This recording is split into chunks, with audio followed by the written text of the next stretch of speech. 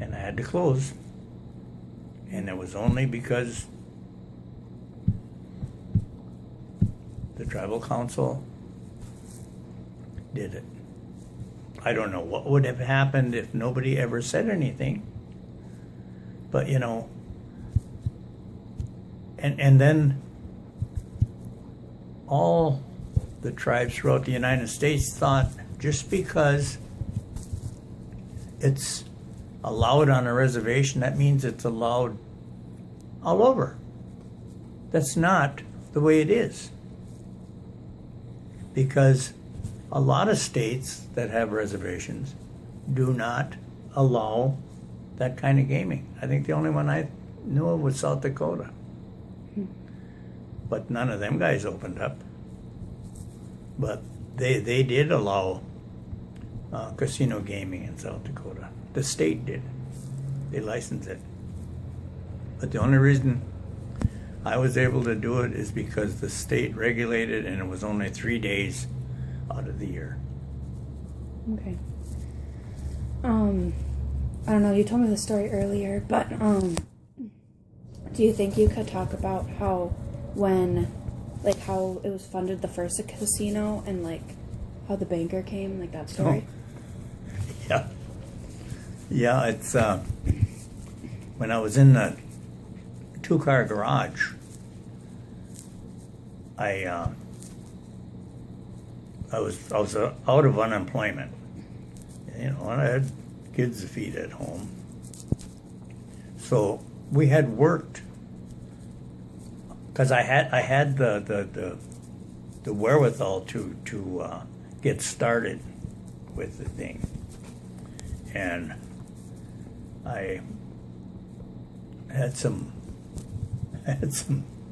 financial problems buying lumber and this and that and the other thing. So I talked to the banker, and I says, can talk to you about a loan. I said, I got a loan I want to get, and I've got this big idea that I want to talk about to you.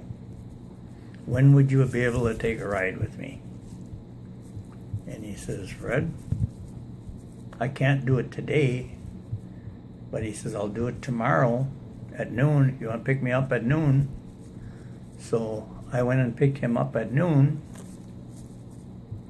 and I'm telling him on the way over to that two-car garage that I need some money to finish this job up and to buy some supplies.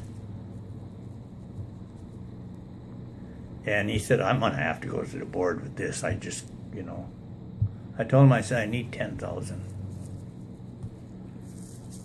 He said, I got to talk to the board. So I waited, you know. He said the next board meeting would be like next Thursday or something like that. So I waited and never heard anything from him. So I got a little bit antsy, and I stopped at his office there at the bank, and he called me in, and he says, Fred, he said, I'll tell you what I'm going to do. His name was Dan Lazari. He was the head of the bank. He said, I'm going to lend you $10,000 myself. It's a personal loan. He said, I'm going to do that. I said, well, thank you very much. And, you know, I got enough to finish the place. And that's kind of how it got started. Okay. That was in a two-car garage. Yeah. There's another story I had to borrow money for the bigger casino too. You want to hear that one? Sure. Okay. That was when I knew I needed to have a bigger place, and the banker already knew what my deposits and stuff were. So I asked him, I says, I'm going to need probably about $50,000 or $60,000. You know, I want to get a bigger place, and I want to be closer to the population, and I want to be on a main highway. And probably the best place would be in Baraga, and I can get some land from the tribe, but I need money to build. So he said, well, you're going to have to come up and talk to the board. He says, we got a meeting on Wednesday.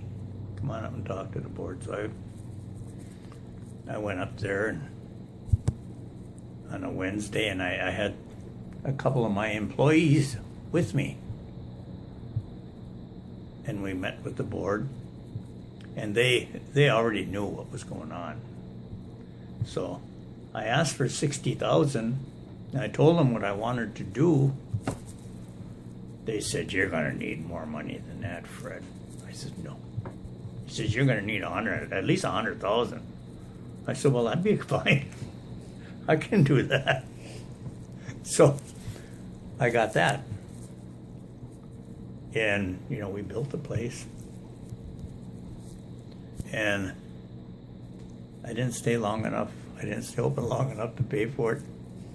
So I ended up being on a hook for them. And you know, that's something crazy about everything that keeps lingering. So I had, you know, money in the bank, and so I just, when I got closed down, I just used the bar. I just had the bar, that's all I had. And then I would have dances on weekends. On Friday and Saturday, we'd have a dance. We'd pack that place right up. You know, and bands cost quite a bit of money too. And then when you have big crowds like that, you have to have additional help. So we tried that. And that didn't work out so good. By the time I paid my help in the band, there wasn't hardly enough money to pay for my insurance for in case somebody gets hurt in there. It was going downhill fast. But I operated like that for probably about a year, and then they kept taking the bank payments out, you know, for the building. Then it finally got to a point where there was nothing left in there. So I had to walk away. So it's sat vacant for a long time, and in the meantime, when that happened, the other tribes in the state of Michigan that had an operation going, they were open. They were open for business, and they were doing it in a nonprofit. Nobody bothered them. State never bothered them. Feds never bothered them. But, you know, when they first came out with that decision, they warned everybody, no slot machines, no nothing. You're going to get in big trouble. But some of the tribes went ahead and did it.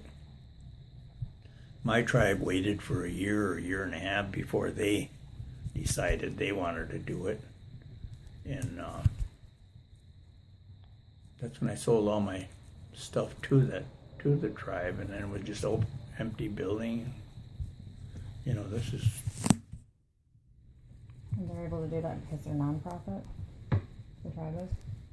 They're nonprofit. That's the only reason they can do it, because they're nonprofit, and that's what the state of Michigan. That's what the state of Michigan requirement was. So. But anyway, I lost my building and went bad on the debt. And that went on for, I don't even know how many years, but it was several years. So all of a sudden, I get information from the bank. that, Fred, we forgive you for that loan you have. You don't have to pay it. Guess what that did? That meant that I now have to pay income tax on it. And I said, whoa, wait a minute here. There's no 100,000 here. I said, I made a lot of payments on that. So I got them down to about 70,000. And there was I couldn't do any more. You know, I mean, how in the hell am I gonna?